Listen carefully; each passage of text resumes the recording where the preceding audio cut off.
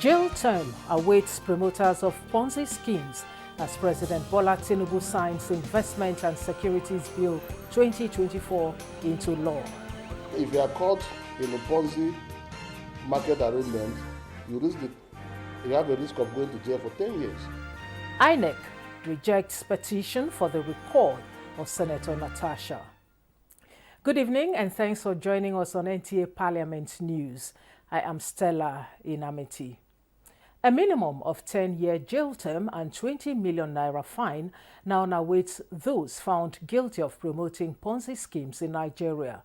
This follows the signing into law of the Investment and Securities Bill 2024 by President Bola Tinubu.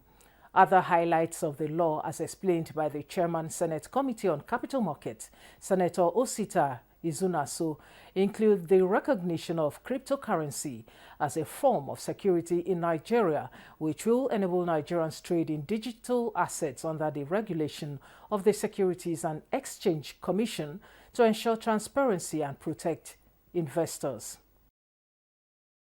The days of Ponzi, insider trading, and market manipulations are over. Today, if you are caught in a Ponzi market arrangement, you have a risk of going to jail for 10 years and also pay a fine of over 20 million naira to 40 million naira. And all the money that you took from people will also be recovered from you. It's an economic sabotage not only for the country, but also for the people involved. The committee chairman says the new investment and securities law is a game changer as it would strengthen the capital and money market to enable Nigeria achieve the $1 trillion economy and position Nigeria as the investment destination in Africa. The act also mandates all public companies to obtain approval from Securities and Exchange Commission before mergers, acquisitions or issuing securities so as to ensure transparency and compliance with best global practices. The Independent National Electoral Commission (INEC) has rejected the petition for the recall of Senator Natasha Akpoti-Uduaghan. The commission said the petition to recall the senator representing Kogi Central Senatorial District did not meet the requirement as stipulated by Section 69 of the 1999 Constitution of the Federal Republic of Nigeria as amended. Ogun State House of Assembly is soliciting effective synergy with federal legislators from the state on effective monitoring and implementation of constituency projects being executed in the state. This, according to the member representing Odogbulu Federal Constituency, Lukman Adeleye, will ensure quality and sustainability of the projects and prevent delivery of substandard projects which could cause untold hardship on beneficiaries across the state. Yemi Dalemo reports. The minority leader of the House, Lukman Adeleye, speaking under personal explanation, observed that some projects facilitated by some National Assembly members from the state got damaged a few months after completion by rainstorm due to lack of quality control, and stressed the need for contractors handling such projects to always adhere to safety standards, building and construction regulations to enable the project stand the test of time. Adeleye and the Speaker, Oludaisi Elemide, therefore urged their colleagues in the National Assembly to engage their state counterparts, ministries, departments, and agencies of government in the state, and other credible officials in the monitoring of constituency projects to prevent poor delivery of infrastructural projects. I am of the opinion that there should be a synergy. This House can work in Act 1 with our federal legislators to mandate any of these contractors. They should be able to submit themselves to the appropriate regulatory body for the essence of due diligence, right scrutiny. I am very sure if a rep member or a senator should contact any of the MDAs, I don't think they will not be willing to cooperate. But in a situation where they are not contacted, some other ideas may crop in. So I want to advise all our federal representatives, both the the Senate and reps to please take this into consideration. The Speaker, Oludaisi Elemide, while responding to another presentation by member representing Shagamu 1 State Constituency, Damilare Bello, on clashes among secondary schools during inter-house sports competition, advised principals of secondary schools to beef up security in schools to prevent further clashes among students during such events. The lawmakers also passed a resolution urging the governor to immortalize a late Third Republic senator from Ogun West Senatorial District, Senator Ayodeji Otebola, by renaming Gateway ICT Polytechnics Igbesa in his honor. It's the opinion of this honorable house that the state government do consider immortalizing late Ashwaju of our land, Senator Solomon Ayodeji Otebola, by renaming of Gateway ICT Polytechnic Igbesa and other infrastructure projects in honor of his service, dedication, and profound legacy across our land and West Central District. I so move, Mr. Speaker. The Assembly received a communication from the State Governor Dapo Abiodun seeking screening and confirmation of some nominees into statutory commissions in the state, and later engaged officials of the Ministry of Works on some roads infrastructure needing urgent attention in the state. In Abeokuta, Yemi Dalimo, NTA News. The Zonal Intervention Program was designed to bring development closer to the people by allowing legislators to nominate projects for their constituencies. However, it has remained one of the most debated programs of the National Assembly, with concerns over its impact, transparency and execution. In this special report, Ignatius Nkwo examines the objectives, successes and failures of the intervention program. Zonal Intervention Program, if you like call it constituency project, one of the features of the Nigerian Parliament introduced at the return of Nigeria's democracy in the Fourth Republic. In the wisdom of the proponents of this concept, it will bring development closer to the people. Constituency project at inception has a clear-cut pattern of operation. During the budget process, legislators identify projects to be established in their constituencies. This is supposed to be a product of need assessment involving the constituents. The arrangement is that the award of the contract, supervision and payment for such projects are carried out by a ministry, department or agency of government. It is expected that the legislators do not have any control over the funds and execution. But the thing is that the idea that people have about this is that the members are being given this money to put in their pocket, and that is the most unfortunate thing. We can only make people to start having faith in that constituency project when we were able to be imparting life with that which have been budgeted. Constituency project can arguably be described as the most controversial program of the National Assembly. At the inception of the program in 2001, each member is allocated 5 million naira as constituency funds, but at present it is well over 100 million. Some critics doubt if it is value for money that the constituents get. Constituency project is actually one of the projects which we are certain of and which have direct impact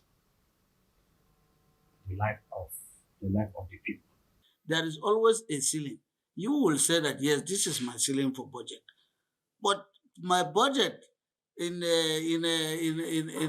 my constituency may be about electricity, but the requirement to the ordinary man is to dig to do wells, to do ordinary wells.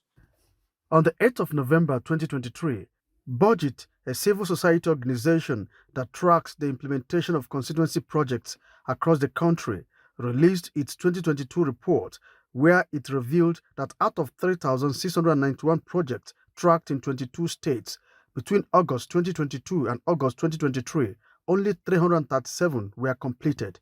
We have to take lessons from countries like Kenya, as mentioned, where there are even committees at the local constituency level, responsible for, first of all, conducting needs assessment within the constituency, and then making a request to a national body that will now release funds to that committee to implement those projects. What the lawmaker does is to pretend over and oversight to make sure that what is being implemented in the constituency is done effectively. Constituency project is a global practice across parliament, but what differs is the management and implementation process. Ignatius Nkwo, NTN News. Let's now join former member, House of Representatives, Rimande Shawulu from Taraba State for more insight on the controversy surrounding zonal intervention program in Nigeria. Welcome to the news. Thank you very much. Nigerians have continued to criticize the justification for zonal intervention programs in Nigeria. Can you state the objective of this program? Yeah, zonal intervention, or what people call consistency projects, are not peculiar to the Nigerian parliament. I was in Ghana, in their parliament, they have it, and I understand. I've not studied that one in the United States and some countries, they have them. The intention in the case of Nigeria is this, that a member comes to the National Assembly, and without that zonal intervention, the member will not make any input at all into what will go to his constituency. So the zonal intervention, which has remained the same, I don't know whether it's changed the last in the 10th Assembly, but from day one, it has been 100 billion naira that is given shared to members in an envelope. What do I mean? You are asked, like in my own case, from Taraba State, our zonal intervention was 150 million naira. So what was required of me during the budget is to bring a list of projects that this 150 million could cover, and they are executed. In Ghana, the way it is done is it is restricted to specific areas: agriculture, health, and I've forgotten the other one. So the member is required to nominate a budget to cover a certain amount of money, which a specific MDA, or in this case, or ministry, will now go and execute in his constituency. There are so many abandoned projects across the country. Is this not a major drawback to the amendment of the program? Let me speak from experience. Our first 2 years in 2015, as you said, 2016 and 2017, because we did not do the 2015 budget, was done by the preceding assembly. The president implemented only 40% of the budget, ZRP, 40%. I also have that problem in my constituency. There were schools that I gave to boundary commission also to do, and they were not completed because 40% also was released. The schools, some communities have had to take over to do some work by themselves. And then in the last assembly, I now got UBEC to take over one of the schools to complete. That is one of the things. The second problem too is that, unlike the situation in Ghana, for instance, there is no, our system is not subjected to certain standards. What do I mean? It would have been preferable, speaking with the benefit of hindsight, for the leadership of the National Assembly and the executive to agree on the standards and the types of projects that can fit into the zonal intervention projects. It's not everything that a member conceives. If you check there are some funny things that have been published in the social media about people talking about circumcision, people as part of zonal intervention, people talking about hand dug wells, people talking about bridges made with wood and so forth. Those are because, as with most things in Nigeria, there are no standards that are enforced. If standards are enforced, but let me also say something very quickly, that I do not believe that it is the responsibility. If you look at the Public Procurement Act, the BPP Act, you will see that the chief executives, where these projects are domiciled, are responsible. There is criticism that the program lacks legal backing. What is your take on this? No, I think that is overkill, because the budget, the zonal intervention projects are part of the budget. The budget is a law. Indeed, the most important law after the Constitution of the Federal Republic is the Appropriation Act. So to say that there's no law guiding it is not. And any project, anything done by under the zonal intervention project is done under the same laws that any ministry, any department of government does. Is supposed to be subject to the Public Procurement Act. It's supposed to be subject to the Fiscal Responsibility Act. It's supposed to be subject to all the laws.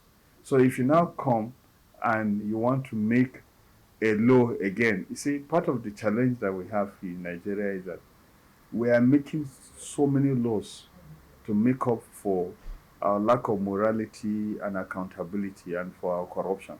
And it cannot work. There are certain standards that people should obey. Now, let me ask you a simple question. If they tell you to go and rape your mother, will you go and rape your mother? It's only a pervert that will go and rape his mother. So the law does not permit you to do that, but you don't do it because you believe that it is wrong.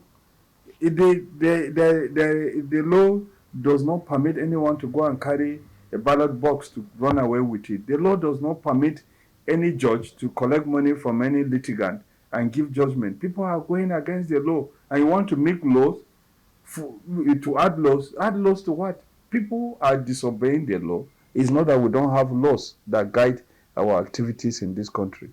If you look at the constitutions of other countries, several countries in the world, they are not even up to half of our own. Because there are certain standards that people obey. You see, the whole of the law is built on a certain thing. It's built on the fact that you should do unto others as you want them to do unto you. So when people steal money from government, or when people sit in the law courts and they pervert justice, or when people disobey traffic rule or traffic regulation, they are not doing it because there are no laws. They are doing it against the law, sometimes against even their conscience. Many thanks for being part of this news program. Thank you. Thank you for joining us. This is Parliament News. We will take a break now. The news continues shortly.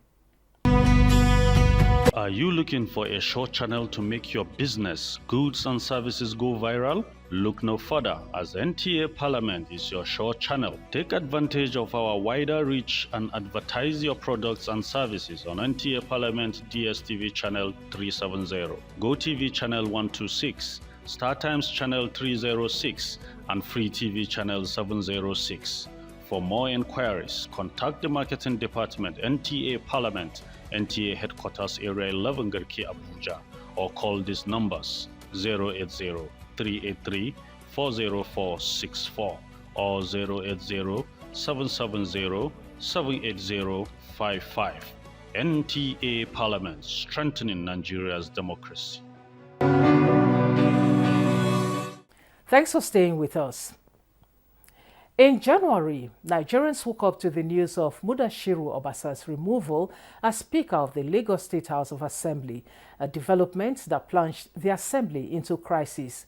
3 months later, Obasa has been reinstated, But has this finally settled the leadership tussle? Our correspondent Musa Toliat, who has been following the developments, is standing by with an update. Hello, Toliat. We understand that the Lagos State House of Assembly is on recess. What was the situation before the adjournment? The main situation at the Lagos State House of Assembly before the lawmakers proceeded on recess was the resolution of a 49-day-old leadership crisis on March 3, 2025. That peace was brokered by the leadership of the All Progressives Congress in Lagos State.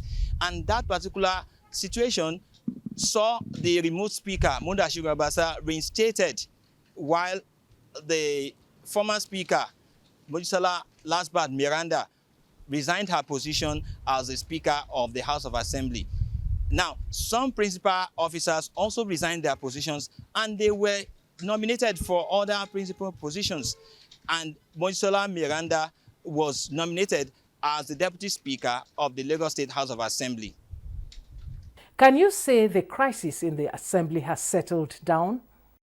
Yes, we expected that after the resolution of the 49-day-old leadership crisis, the lawmakers met with President Bola Ahmed Tinubu in Abuja, and everybody believed that the crisis at that time had been resolved and had been confined to history books.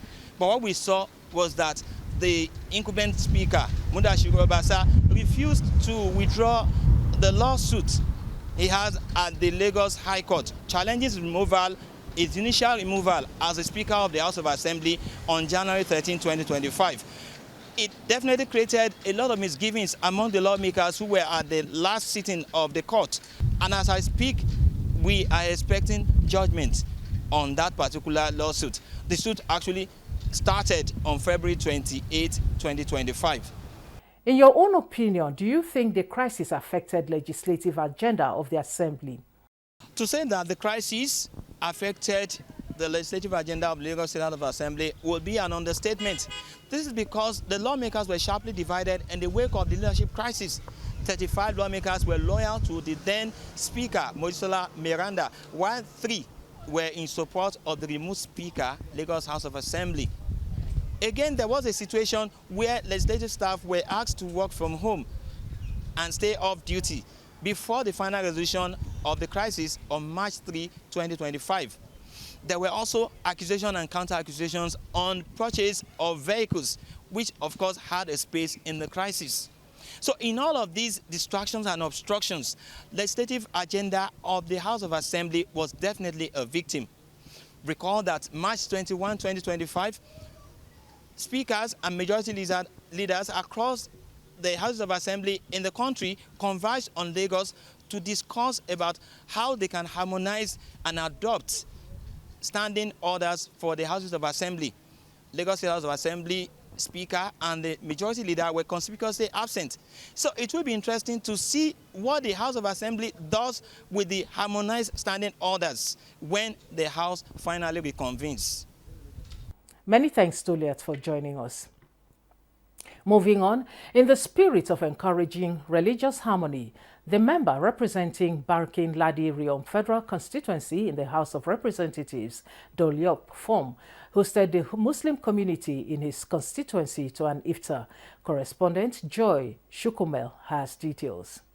Iftar is a tradition of breaking fast during the holy month of Ramadan. It is revered for its characteristics, bringing families and well-wishers together in a relaxed atmosphere while in deep worship of Allah. Breaking of fast signifies togetherness and unity between the Christians and the Muslims within this constituency. That's the Barkin Federal Constituency. It holds a special place in the hearts of Muslims and non-Muslims who have experienced it. Little wonder that the federal lawmaker from Barkin Ladi, Daliu Form, took out time to observe this religious injunction with the Muslim community alongside leaders of the community and other faiths. We are here for breaking the fasting. We enjoy the breaking of the fasting. To get together with Muslims and Christians. We are happy for that. We are enjoying our members to follow us to bring this get together. Honorable Santos from Daniel. We are enjoying it.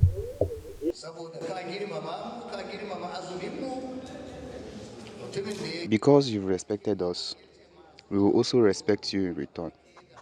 Today, we have finished our fast and you have deemed it fit to sponsor the breaking of the fast. Some of the participants described the breaking of the fast hosted by the lawmaker as a testament of his unbiased leadership and as one who has continued to build bridges of unity.